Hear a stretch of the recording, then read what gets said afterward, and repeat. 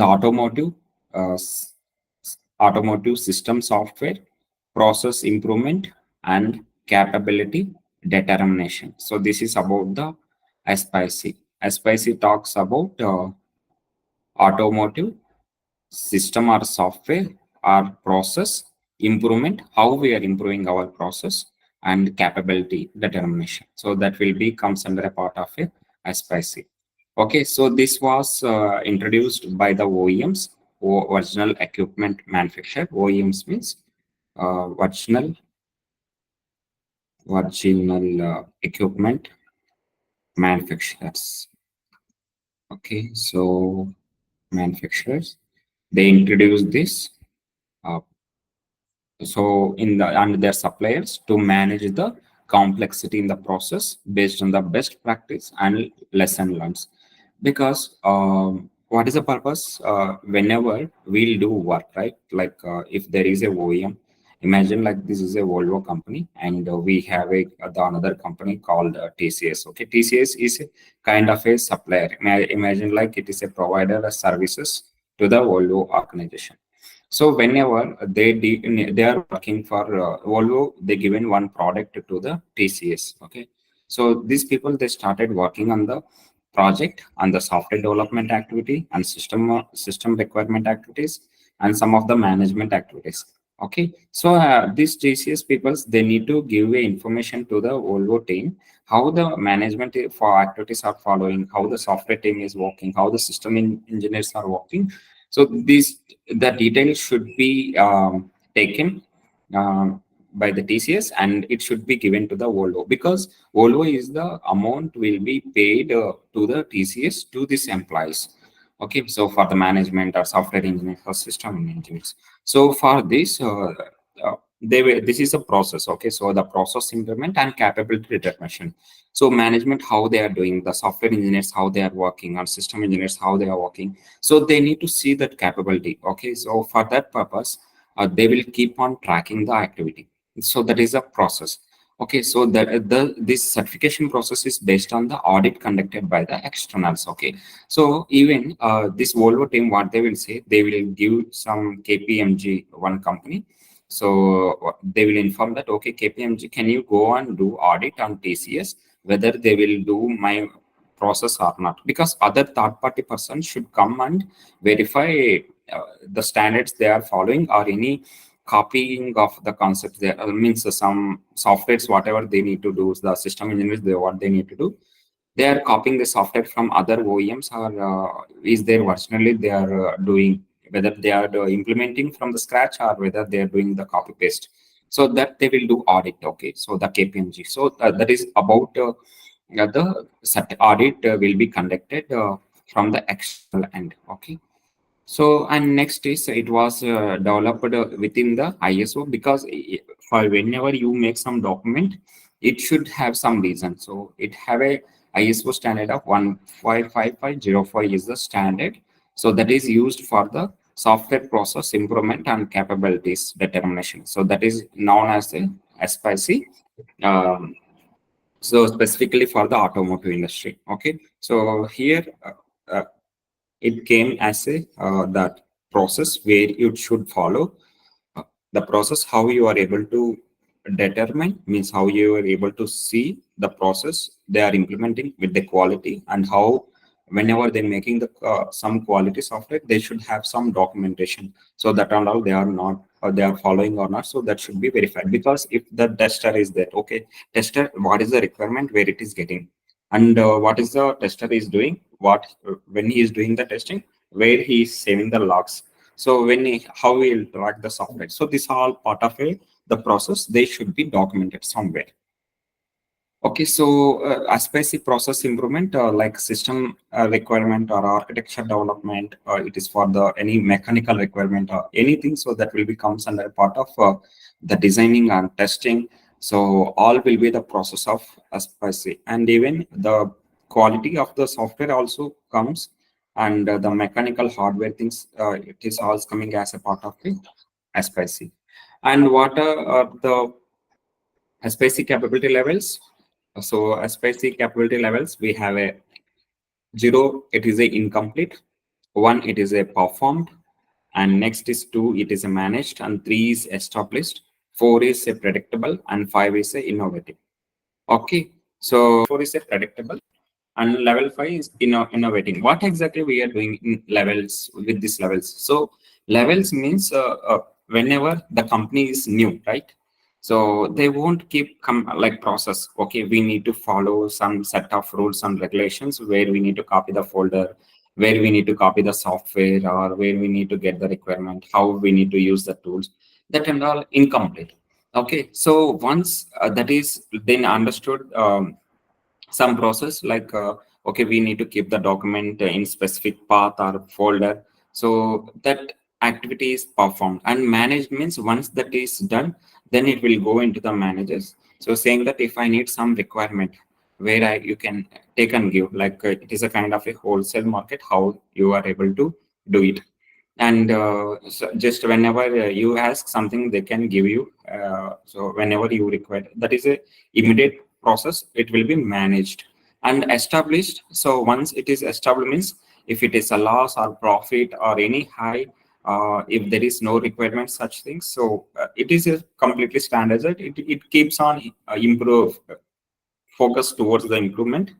That will be the established. And predictable, so if any loss is coming or profit is coming, how it should be, what is the goal, so that you should be predicted before only. And innovating, so always we improve the quality, so that is about the innovating. So this is all about the SPICE levels which we have.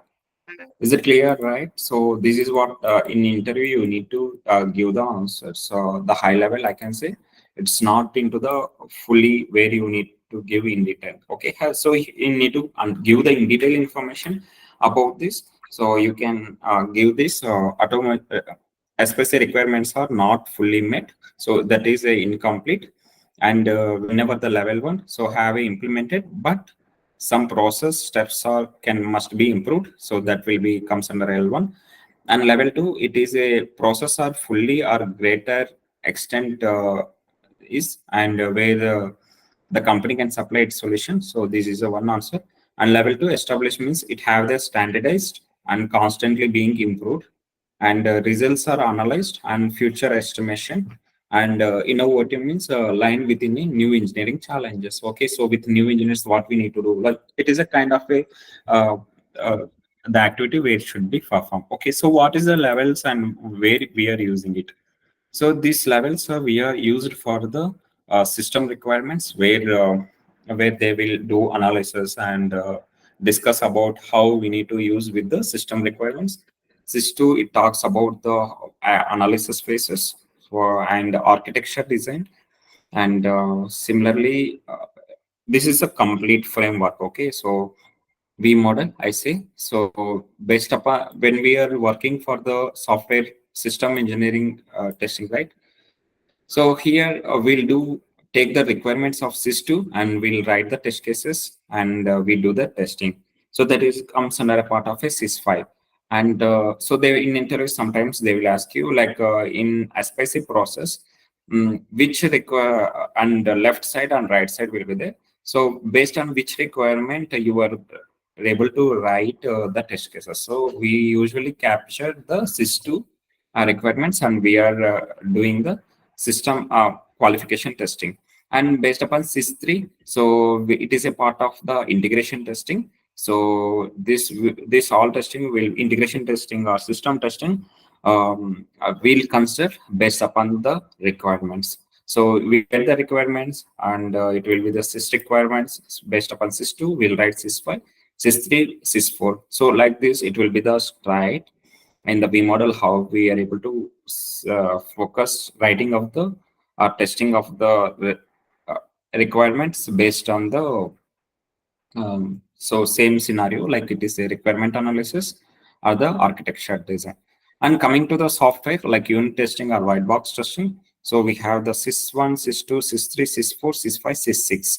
So when they need to do the system software system testing, software testing, the SW6 will be there. So based upon the system requirements, they will do this. And system integration testing, architecture design, they will do. So unit level testing they will do on SW3. This is how the software engineer they will work for the SIS and SW process, and what the management will do and how the other groups will play. So management will work on the project managing and risk management. Any risk will be get or that measure will come. So here is a management process group. So they will work on it. And similarly, we have a acquisition group. So whether you need to take the before taking any project, so you should have some contract agreement, and moreover the technical requirements or the supplier monitoring and legal and administrative requirement or project requirement, and the request for the proposals, any new requirement or supplier qualification. So this is a part of the acquisition process group, and we have the supplier group as well. So any tendering we need to reduce means for our the project we need to give any outsourcing. So that will be the supplier process group, and supporting group like who will be support for the testing or any documentation review. Such things will be part of a supporting process group. And we have a reuse process like something we need to improve the process. So some other team should be protected. Okay.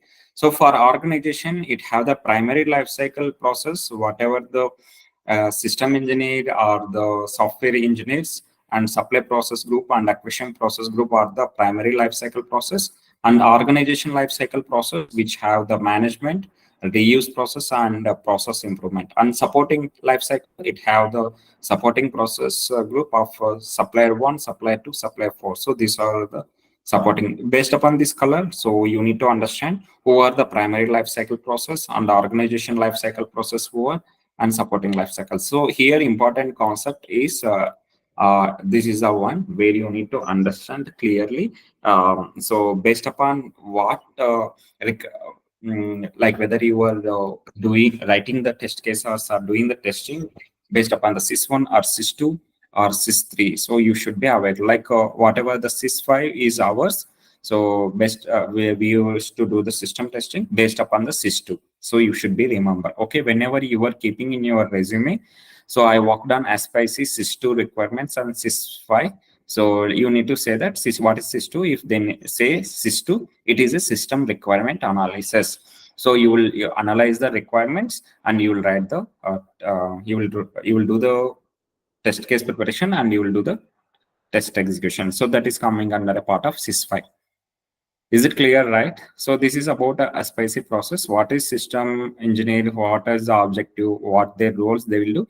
They will gather the and analyze the and discussion. And SS2 is about the stakeholders. You have in detail information here. So whatever we discussed about SIS and SW. Okay, so you can